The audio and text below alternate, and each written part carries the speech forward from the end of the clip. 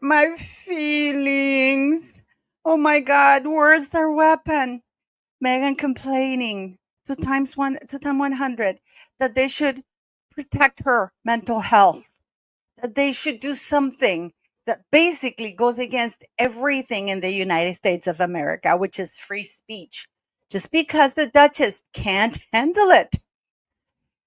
You know, when you put yourself out there in the public eye and you say lies, you're going to get called out. The comment section on the interview that she gave is absolutely brutal, and it has gone viral, and we are going to talk about it. I just couldn't go without mentioning this. Martha Stewart is asked whether she's watched Meghan Markle. She says, "Oh, is she even out? Is the show even out?" What a shade to begin with. And then Jose Andres is there because Jose Andres is doing a show with Martha Stewart. Meghan Markle on stage says that Jose Andres is going to be on the second season, which we know there's no second season. But then Jose Andres says he's not. So, my question to you before we get into the meat of the video, do you think that this is a way for Meghan Markle to force Jose Andres to shoot a video with her? Because this footage that you're about to see was filmed on the 23rd. Meghan Markle did her interview on the 24th. And I don't believe Jose Andres was lying. What do you think? Watch this little clip, and then we're going to get into the comment section and the paid advertisement, the paid pops that she had. And they basically said, nope, we're out of here. Friends as well, who we haven't revealed things about season 2, and Ted will come here later, but I can apologize in advance for saying, Jose Andres is going to be on season 2. We love Jose. It's very exciting lifestyle brand. And now we're seeing Meghan Markle enter your world with her brand as ever, her new Netflix show. How do you feel about her jumping into that, and what advice would you have? I have not seen the show yet, so has it started? No. Okay, so I haven't seen it yet, so I'll watch an episode and see how she does. Absolutely. Yeah, Larry, so we might see you in that show next. Yeah. Maybe, but no, I don't think so. Okay. But maybe, I don't know. Salads. I started putting them on scrambled eggs. The level of charm that you find people have when they see these tiny little dried petals. Fucking flowers. Before we get into the meat of this absolutely horrendous presentation of interview that Meghan Markle gave, I am going to show you. This is the future King of England, guys. I won't be able to play the sound because they put music in the background, but this is Prince William. As soon as people found out where he was, this is the future king. Look at him. Isn't he amazing? Prince William feels that nothing is going to happen to him because he is with his people and they love him. What a difference does it make from Harry, who thinks he needs a 4-vehicle motorcade and doesn't want anybody around? And these are not photographers that they call. This is people that just went up to to Prince William. Look at this lady. That was so funny. And she pauses, and the bodyguard says, yes, go ahead. And of course, she's hanging on to Prince William like there's no tomorrow. This is the future king, guys. See the difference?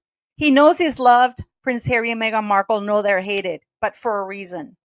And of course, we can not mention the fallen. This is the beautiful Duchess of Edinburgh paying her respect to the New Zealand and Australians fallen on Anzac Day. It's just an amazing service that they do. And this is what royalty should be all about, guys.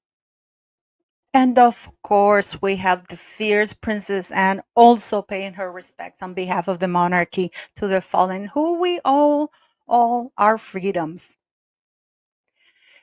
Now, we're going to get into the comments. Don't you worry. But this is why she is so angry, because she doesn't, I wonder if she has any idea of how not aware she is, or she doesn't care because she feels like she's in a position of power and she can feel free to be up there and say whatever the hell she wants and nobody's going to call her out. It's incredible. And we're going to hear this right now.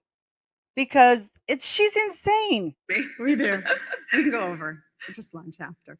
I want to talk about you as a founder, as a CEO, as an innovator, as a creator, as an investor.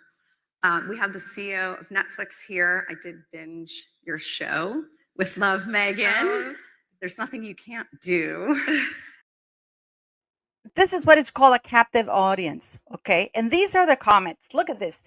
Pay to play at its finest. What an embarrassment, Time magazine. She laughed on her with this flower sprinkles. This is a joke. Jessica Sibley's squad. Please, please stop throwing Meghan in our faces. Let her go live her private life in private.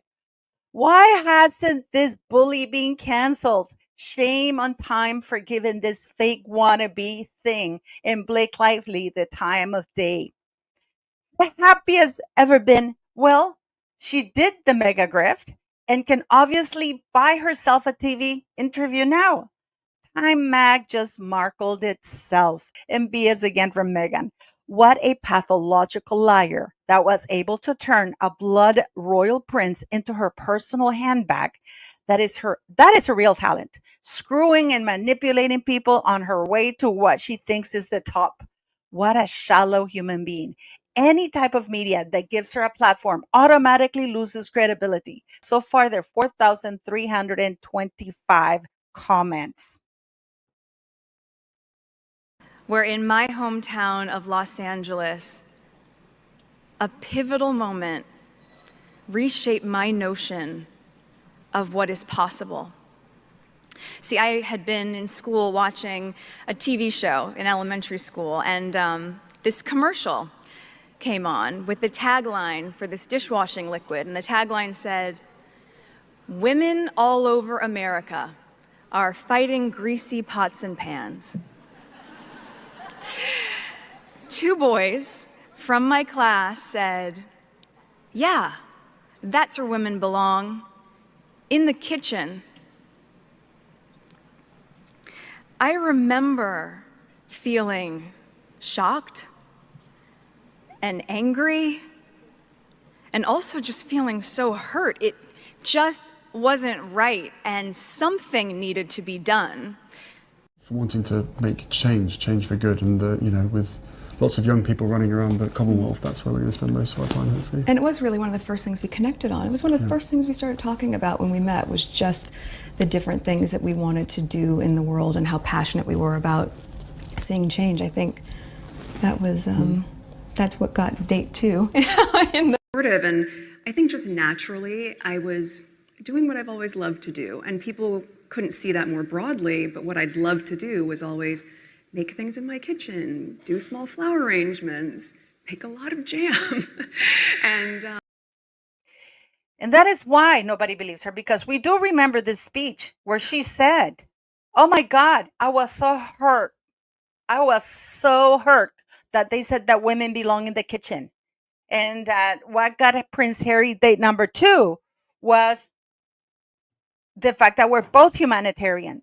And now I just want to sprinkle flowers, make jam. But now she admits it's not jam. Because remember when she said jam is my jam? And now she says it's a spread. By the way, she hasn't trademarked that brand. So I don't know what she's talking about being it secured. So Meghan is upset because how could they leave the comments on? How? And the worst part of it all is that they were not invited to stay at the gala dinner. And that's because of all the fighting that happened earlier on. And actually people from the Time 100, they really wanted Harry to speak, not Meghan Markle. But Meghan Markle couldn't get there on her own without Harry. We all know that Meghan Markle hasn't been hired to do a speech. We've seen Harry at the Clinton Foundation. We've seen Harry do the Better Up thing. We've seen Harry do other speeches. Yes, the speeches are prepared by the foundation, but they still hire him. And the reason they do that is because, first, well, it's Prince Harry, a blood royal, but also because they know that he will stay on script. That is the most important part. Unbelievable that this woman, the biggest bully on earth, one of the biggest bullies on earth, is standing there or sitting there on stage talking. Of course, she's the happiest she's ever been because she's talking about herself. She's being praised by some crazy woman who is now the CEO of Time 100. Of course, she's the happiest she's ever been. And she has to mention Harry because Harry's the one who got her there. She spread her legs or spread her butt cheeks and did the unthinkable and hooked that guy who clearly now doesn't want to be with her. He really doesn't. Can I get a selfie, Megan? Megan, can you stop for that? I told you this is the time. I'm leaving. I'm out. Nope, I'm up in there.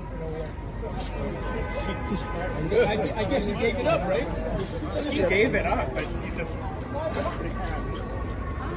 You listen to this clip, you will see that she called, there was nobody around. This is how delisted she is. There was nobody around. And she called these people because you can hear the guy complaining. This is the people that she told him that she was going to be there. She waited for Harry to come up to the other side, and then she popped up the door. You can see her smacking his hand and then gets out triumphantly. And the paps are angry because the guy said, "Oh, I'm out of here. You know, this is not worth it pretty much." And the guy said, "Well, but she's the one who told us. She gave it up. She's the one who gave up the information that she was going to be there at that time because she promised them more footage."